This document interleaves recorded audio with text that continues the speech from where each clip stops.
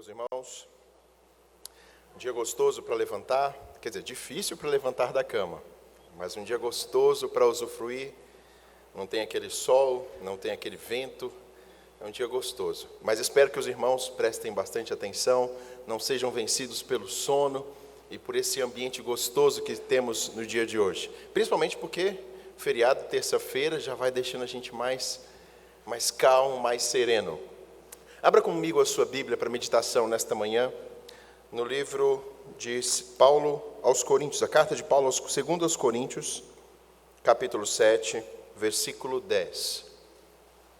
Carta de Paulo aos Coríntios, segunda carta de Paulo aos Coríntios, capítulo 7, versículo 10.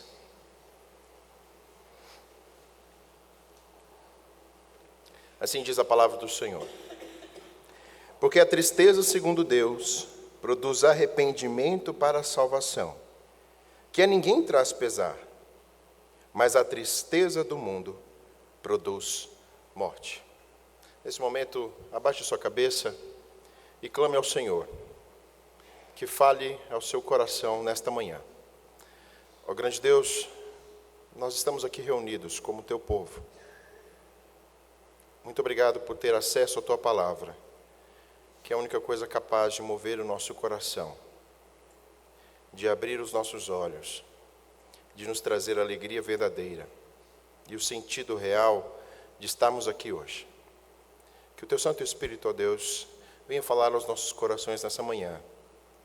Me habilitar, ó Deus, a falar ao coração dos irmãos, que as palavras professadas aqui possam alcançar a cada um de nós, inclusive a mim. No nome do Senhor Jesus. Amém.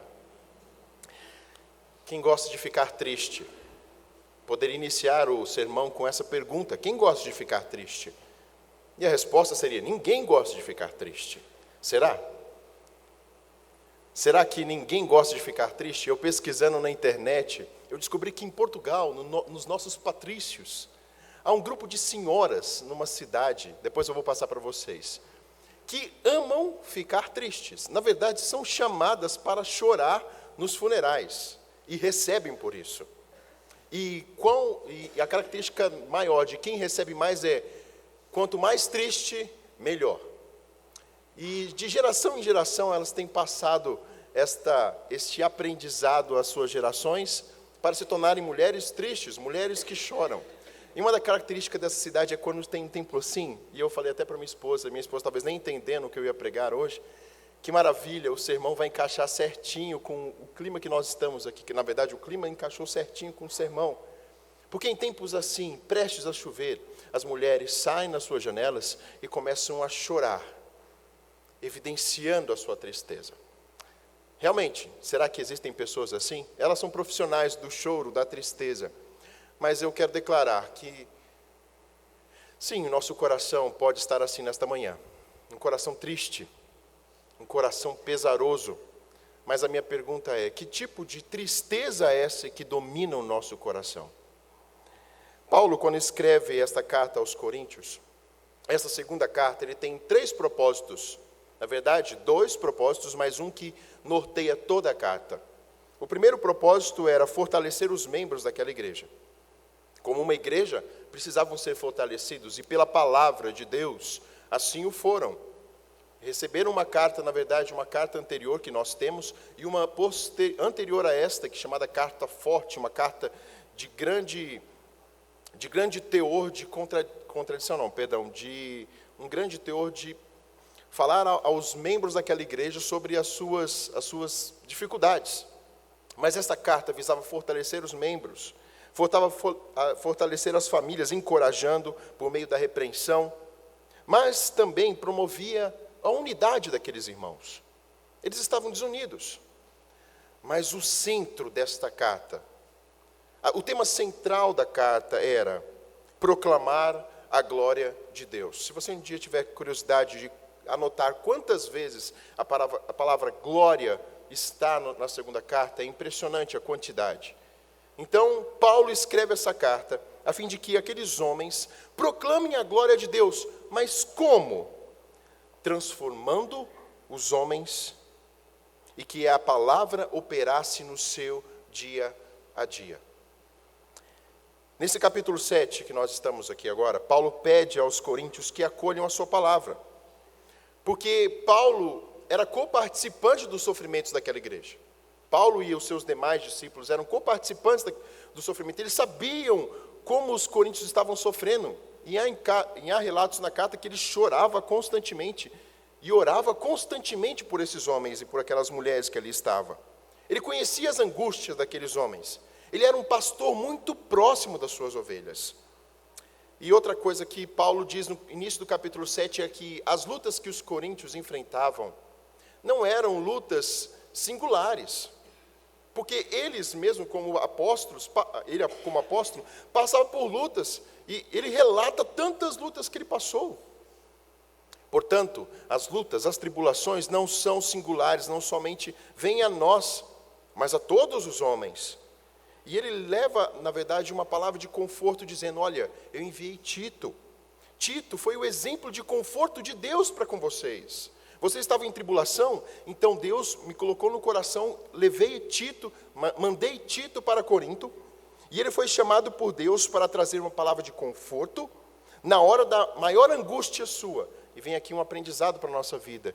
Na hora de maior angústia do nosso coração, quantas vezes Deus tem enviado pessoas para falar ao nosso coração e trazer palavras de conforto? Às vezes palavras de conforto que vêm com repreensão junto. Mas esse é o nosso Deus, que nunca deixa o seu povo desamparado. E aqui, Paulo mostra o cuidado de Deus para com seus filhos, levando eles à alegria, tanto o apóstolo como aqueles homens. Mas preste atenção num detalhe.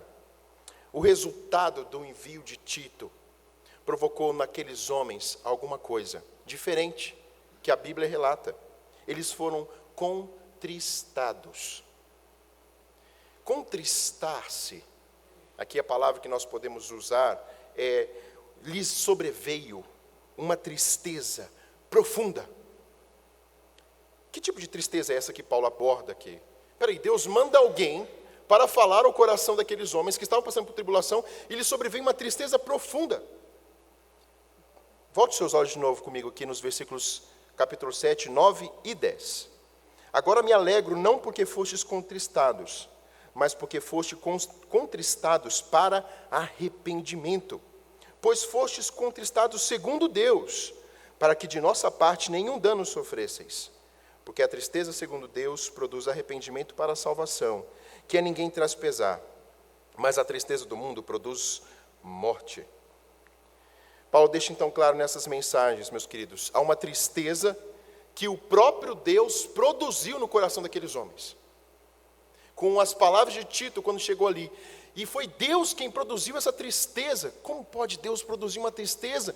Qual é o fim dessa tristeza? Paulo declara que o fim era produzir arrependimento genuíno. Antes de nós abordarmos o que é a tristeza que provém de Deus, eu gostaria de trazer a vocês de uma forma bem rápida quais são as ideias errôneas do arrependimento e a tristeza pelo pecado. Vou repetir. Eu vou iniciar mostrando quais são as ideias errôneas com relação ao arrependimento e à tristeza pelo pecado. Meus queridos, a mera tristeza de mente em referência ao pecado não é arrependimento. Ter tristeza somente na minha mente, fiz algo errado, e ficar ali, isso não é arrependimento. Isso não é tristeza pelo pecado. Eu vou ser bem claro, meus queridos, todos nós passamos por isso. Todos nós, às vezes, estamos aqui tristes por algo que cometemos. Mas nós não arrependemos. Essa tristeza somente fica no nosso coração, na nossa mente. Uma outra coisa que é errada é um arrependimento sem tristeza. Aquele que diz, eu estou arrependido, mas não lhe vem tristeza de coração. Isto não é arrependimento. Isso não é arrependimento, não é a tristeza que é promovida por Deus. Aquele que diz, eu estou arrependido de tal coisa, de tal ato, mas não lhe vem tristeza, não lhe vem choro, aquele choro que lava a alma. Meu querido, minha querida, isso não é arrependimento. Não é arrependimento quando também é necessário, como diz aqui Spurgeon, devemos atingir um determinado ponto de miséria e horror para estar tristes e arrependidos. Não há um nível que eu tenho que atingir para estar arrependido. Quando Deus promove a tristeza e o arrependimento, ela é única. Eu quero trazer isso porque durante muito tempo na Idade Medieval, os monges e a Igreja Católica colocava diante dos membros que tinham que atingir tal nível de tristeza e arrependimento para serem perdoados e terem o seu arrependimento genuíno. Não é assim. Eu não preciso me martirizar constantemente, até que vai produzir o arrependimento em mim. Não é assim. E nós somos muitas vezes enganados por isso.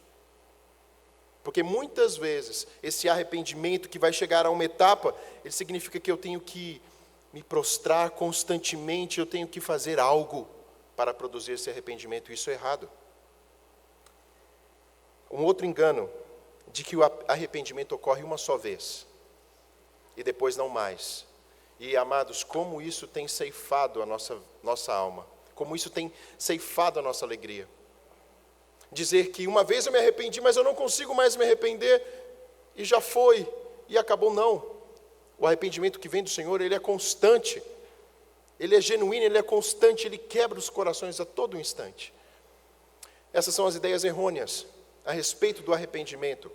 Mas quais são as distinções que nós vemos aqui na palavra de Deus entre as tristezas? Aquela que provém de Deus e aquela que provém do mundo. Eu vou iniciar pela que começa pelo mundo. A tristeza do mundo, a tristeza do nosso coração. Enquanto eu digo, meus irmãos, sonde o seu coração para ver se você está passando por esses momentos. E se você reflete isso, porque enquanto eu preparei esse sermão, todos os pontos se encaixaram perfeitamente com a minha vida. E eu venho aqui dizer que eu preciso, tanto quanto vocês, dessa tristeza de arrependimento verdadeiro. Mas sou muitas vezes ceifado por essa tristeza do mundo. Tristeza do mundo. Ela é causada pela vergonha de ser descoberto. A tristeza que o mundo promove é aquela tristeza quando eu sou descoberto. E é aquele remorso que vem sobre mim, é aquela vergonha. Mas, como eu bem disse agora, é um remorso somente, não é arrependimento. Foi o que aconteceu com Judas. Judas teve um remorso. E lhe veio uma tristeza tão grande que ele tirou a própria vida. Mas essa tristeza não era de arrependimento. Era porque ele foi descoberto, na verdade, porque ali o seu coração foi descoberto. A tristeza do mundo, meus queridos, ela é assistida por severos pensamentos de Deus. A tristeza que o seu coração e o meu coração produz é querem dizer: Deus, o Senhor é injusto para comigo, olha como eu estou. Essa é a tristeza do coração e não é tristeza genuína. Essa tristeza faz olhar para Deus como sendo injusto. A tristeza do mundo, olha que interessante, ela leva à vexação e ao mau humor. Você está mal-humorado? Talvez a razão dessa constância, desse constante mau humor, seja essa tristeza produzida pelo seu próprio coração, que não lhe produz arrependimento. E é muito interessante, meus queridos, que eu fui sondar em alguns livros, tanto para homens, como para jovens, como para mulheres. Então fui nos três quesitos básicos aqui. E é interessante que o mau humor, segundo alguns relatos, tem um livro fantástico que eu estou lendo para homens. Ele diz assim, que o fruto do coração amargurado é o mau humor. E é interessante que o mau humor, ele promove algo no coração do homem. É aquele instante que nós gastamos tempo por demais com desapontamentos triviais. Quando eu gasto tempo na minha vida emocional com coisas triviais, seja no relacionamento entre pai e filho, homem, mulher, nos nossos relacionamentos, e constantemente por coisas triviais, eu perco a minha estabilidade. É porque é sinal que o meu coração está mal. Normalmente nós apontamos para o próximo e esquecemos de ver o nosso coração. Mas a outra questão da tristeza do mundo, ela promove o endurecimento do coração. Ela lança a alma ao desespero. A tristeza do mundo não consegue ver, a tristeza do nosso coração, produzida pelo nosso coração, que é chamada tristeza do mundo, ela não consegue ver esperança. Ela não consegue ver a luz no final do túnel. Essa é a tristeza que o nosso coração muitas vezes vem trazer e nos engana. Por fim, a tristeza do mundo, ela produz morte, em todos os aspectos. O ímpio não está salvo dessa morte, e na verdade está rumando a passos largos para essa morte. Mais quer para o seu coração, mas há um vazio tremendo, porque lhe falta Deus.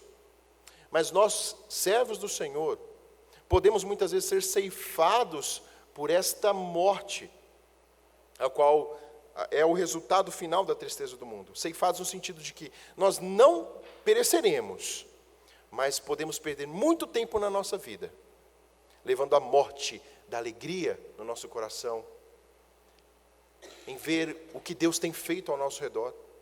Isso dominar tão profundamente o nosso coração, que nos tornamos inertes. E é isto que Satanás muitas vezes quer produzir no nosso coração. Essa tristeza que nos torna inoperantes no serviço dele. Mas qual é a tristeza que provém de Deus? A tristeza piedosa, que leva ao arrependimento.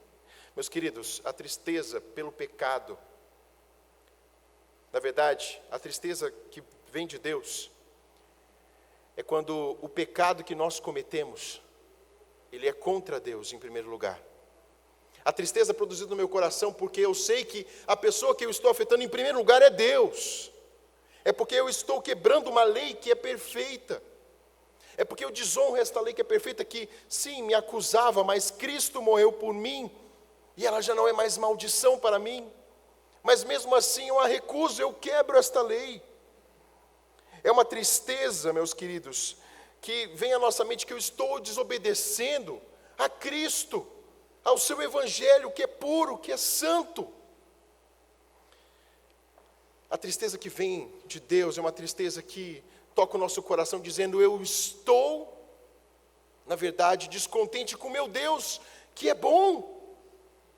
É um Deus bondoso, que me dá tantas coisas sem eu merecer. A tristeza piedosa, ela vem no nosso coração quando entendemos que menosprezamos o que Jesus nos concedeu.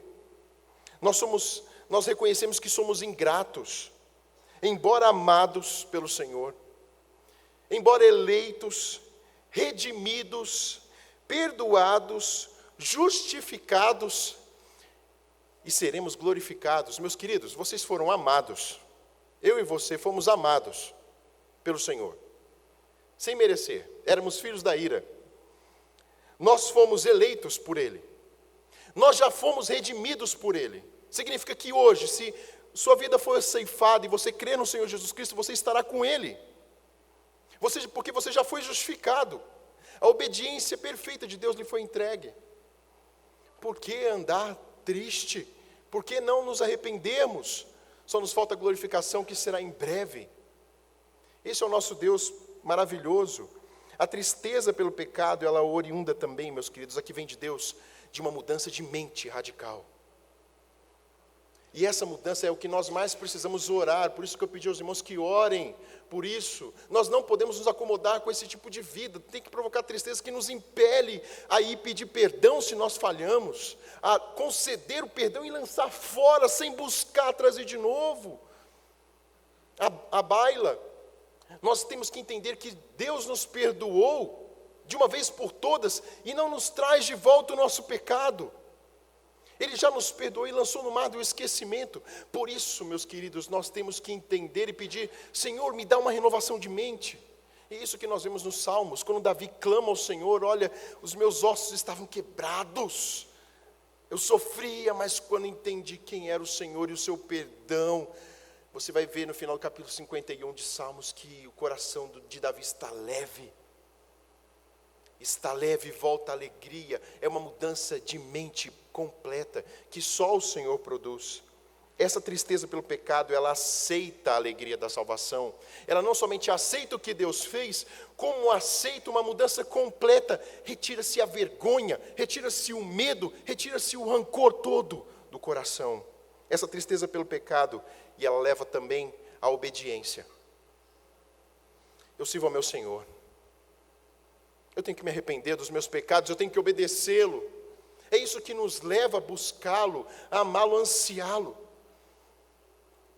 E quem conduz o povo de Deus ao arrependimento, a esta tristeza, é o próprio Deus. Por quê? Abra comigo a sua Bíblia em Romanos, capítulo 2, versículo 4b.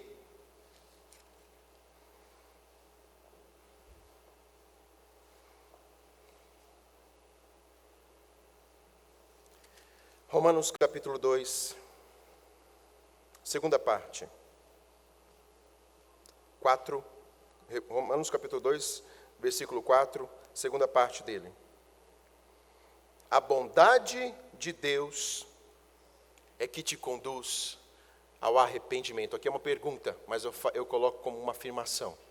A bondade de Deus é que te conduz, é que me conduz ao arrependimento verdadeiro. Portanto, se é a bondade de Deus que conduz ao arrependimento, então a tristeza, segundo Deus, é o caminho para a verdadeira alegria. A bondade de Deus, quando ela vem sobre a nossa vida, ela nos entristece. Quando nós aceitamos a Jesus como nosso Senhor e Salvador, eu tenho certeza que quando você aceitou a Jesus como Senhor e Salvador da sua vida, ele veio uma tristeza, talvez de dias, mas ao mesmo tempo uma alegria muito grande que tomou o teu coração. E essa tristeza que vem do Senhor leva ao arrependimento, mas também a uma alegria verdadeira. Você está buscando alegria, meu querido, minha querida? Talvez a razão seja um coração que precisa ser quebrantado. Não se coloque como um homem ou uma mulher forte que não chore, pelo contrário, seja sensível. Seja sensível perante o Senhor. Não tenha vergonha de chorar perante o Senhor, perante o seu próximo. Peça ao Senhor esse verdadeiro arrependimento que lhe tira a carapuça e mostra que você é um homem e uma mulher frágil que necessita de Deus por causa da sua bondade. E isto é a bondade divina. É uma bondade que restaura.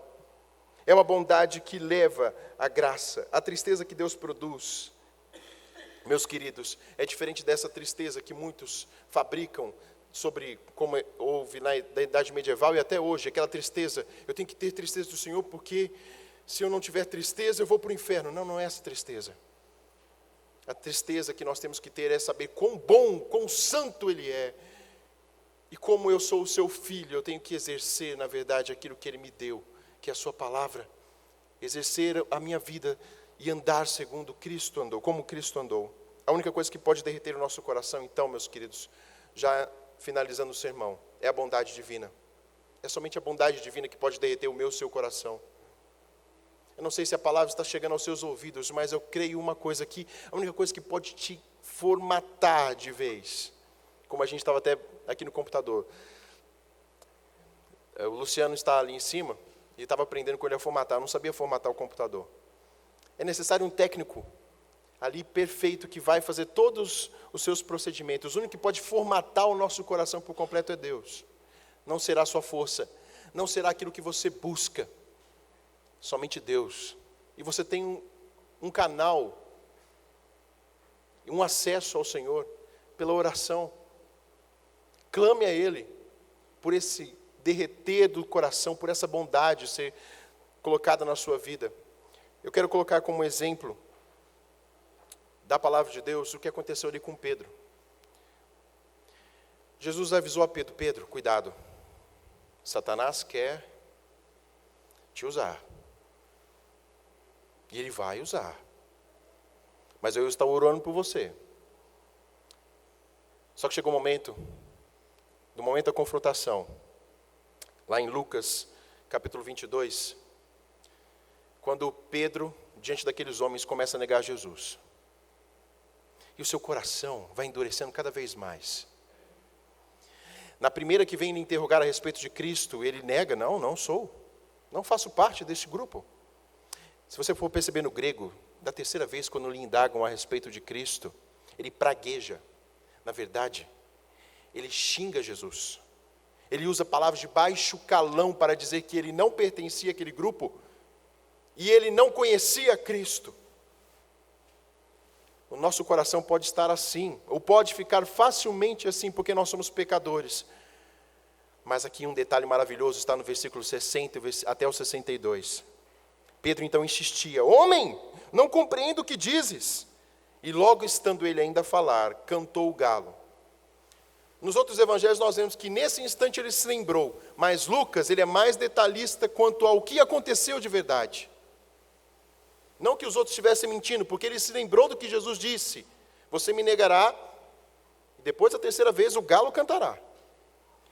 Então, perceba a narrativa de Lucas: voltando-se o Senhor, fixou os olhos em Pedro. Foi o olhar de Cristo para Pedro que moveu aquele coração.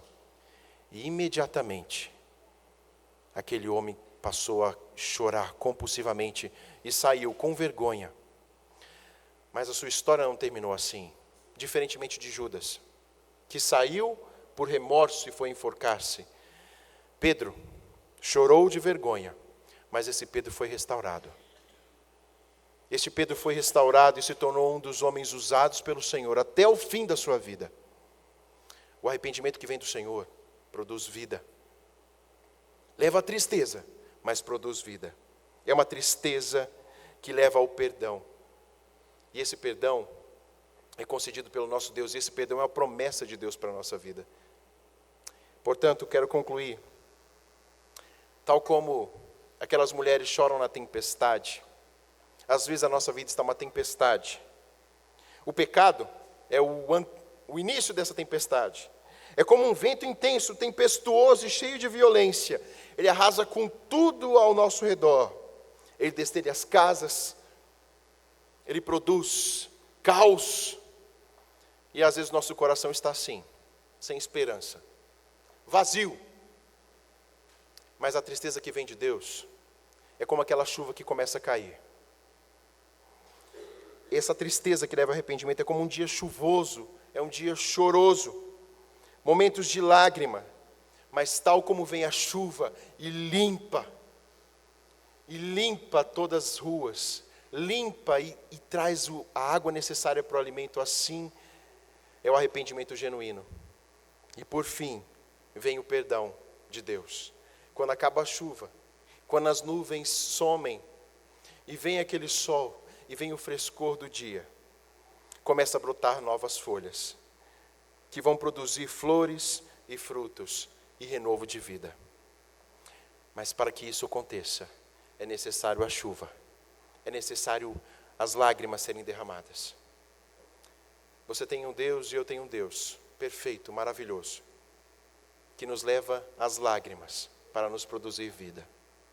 Vamos orar?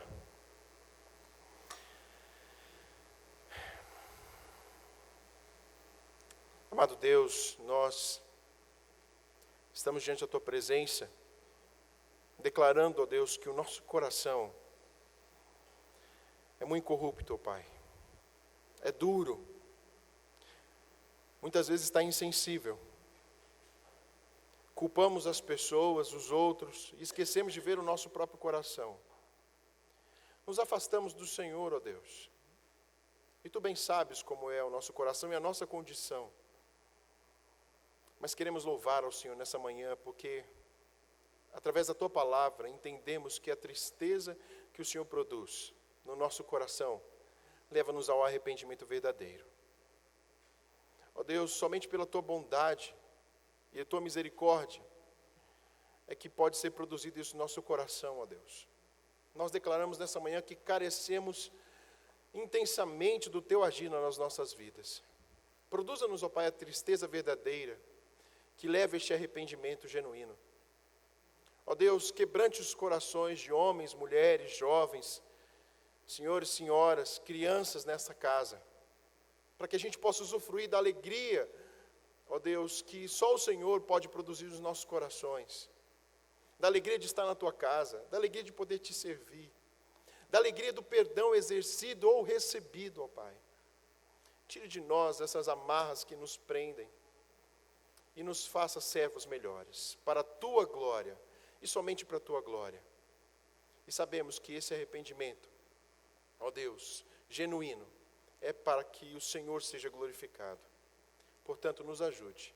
Mas eu quero agradecer, porque o Senhor tem um compromisso fiel em ajudar, em nos renovar dia após dia, para sermos feitos à estatura do Teu Filho. É isso que nós agradecemos, no nome do nosso Senhor Jesus. Amém.